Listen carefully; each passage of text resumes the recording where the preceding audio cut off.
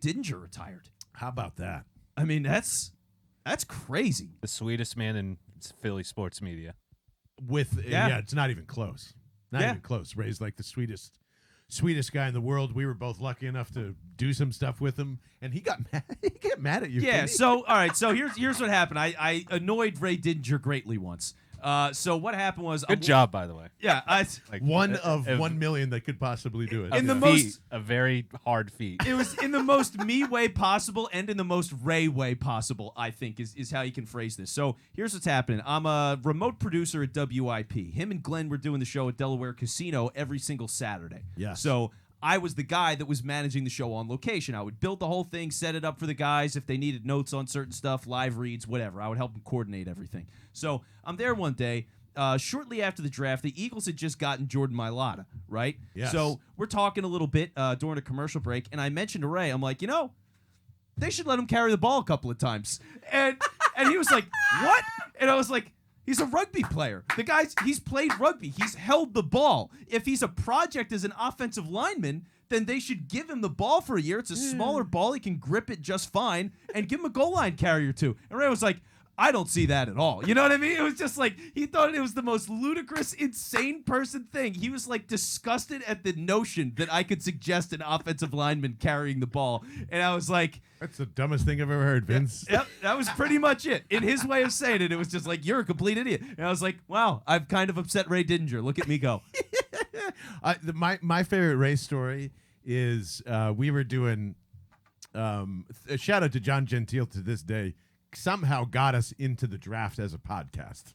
And that was one of the coolest experiences ever. And then doing WIP radio that entire weekend, along with Ray and Glenn and Ray right next to us. And like Mac Hollins gets drafted as we're transitioning out and they're ending their show and we're just about to start up. And like in the most non-characteristic Ray on the radio you would ever hear, Ray just deadpans to us and be like, special teamer, 4th round. You got to be bleeping kidding me. I believe that's Roy. That's not Ray. That's Roy. That Roy comes out. That's right.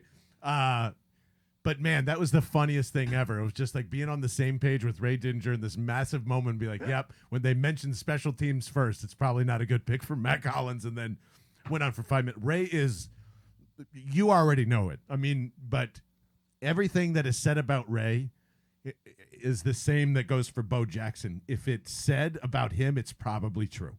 And like all of his stories from him seeing Muhammad Ali in an interview, I could hear him tell that story a million times over. Those are some of my favorite memories. He's a playwright. He's a historian. He's a guy that keeps notes in his legal pad for as long as I've known him. That's my favorite part. The Me yellow too. legal pad wherever he goes. Yep. Yeah. And like I was freaking out the first time I ever did Philly Sports Talk Live. That was like that was a Philadelphia institution over at Comcast. And I got pegged to do a show with them, and I thought I was the fucking coolest person on earth. And I'm breaking down the draft with Ray Didinger in his legal pad, and I'm sitting there like a schmuck without an undershirt, and you can see my chest hair popping out of my collared shirt and all the. I'm so embarrassed, but like I remember Ray just calmly going, "That was great." Is there a screenshot of that somewhere, by the way? Oh, there has to. That would be awesome. There has to be. Oh my God, that would be so cool. If somebody has that, please tag us. Yes.